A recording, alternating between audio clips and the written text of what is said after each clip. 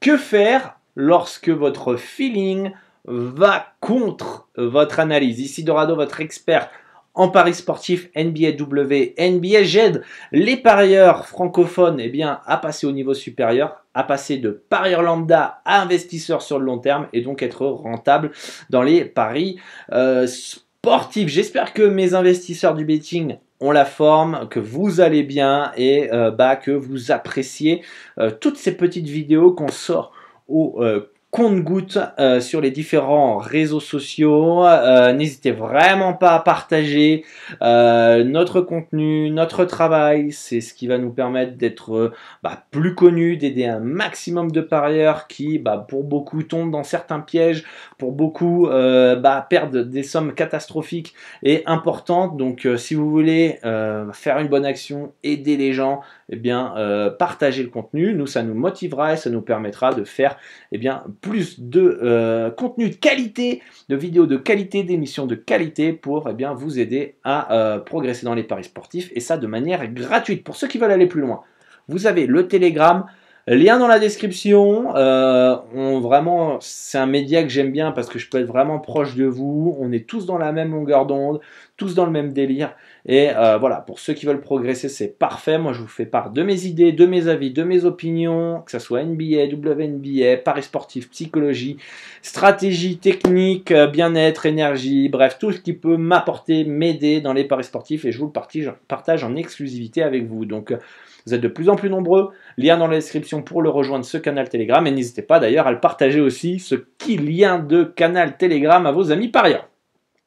Alors, aujourd'hui, gros thème, gros thème de qu'est-ce qu'on fait Dorado quand le feeling est contraire à nos analyses ou alors que l'inverse aussi, que l'analyse soit contraire au feeling. Comment on fait dans cette situation?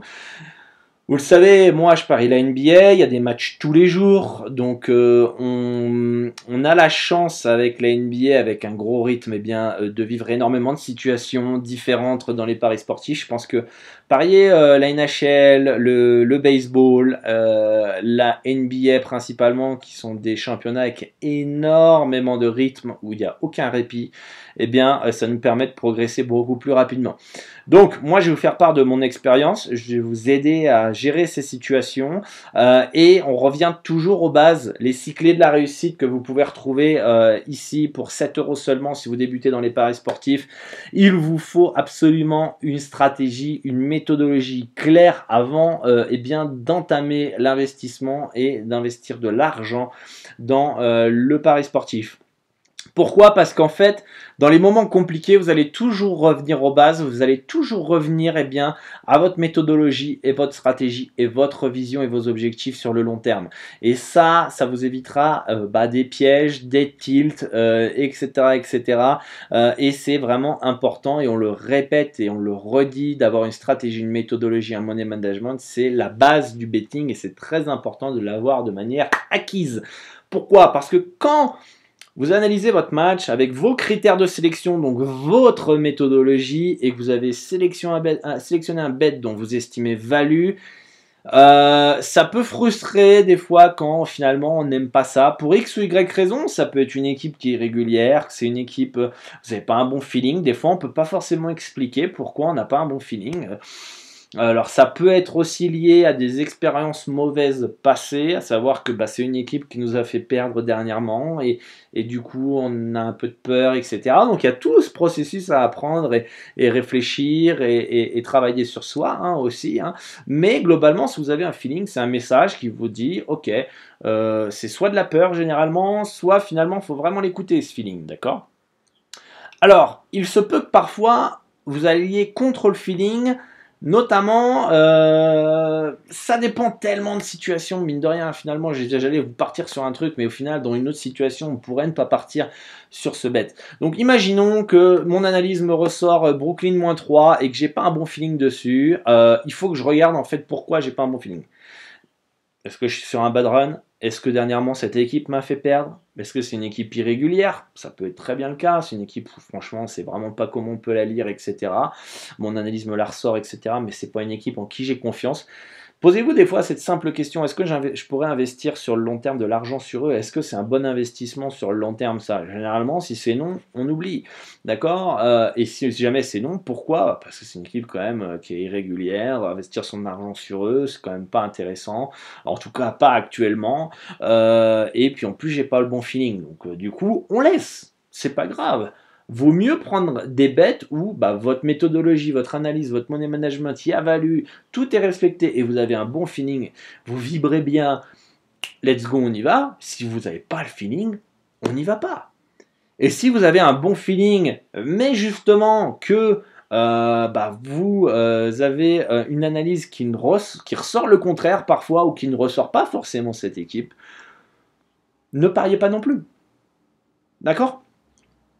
Pourquoi? Parce que si jamais vous pariez cette équipe-là, et que, mine de rien, vous avez un bon feeling, vous le jouez, mais votre analyse ne l'a pas ressorti, ou ne vous a pas confirmé votre feeling, et bah, si jamais vous perdez, vous allez dire, putain, quel connard, j'ai pas respecté mon plan, putain, et vous allez vous frustrer, et ça peut vous enchaîner derrière un bad run, les amis, une série négative.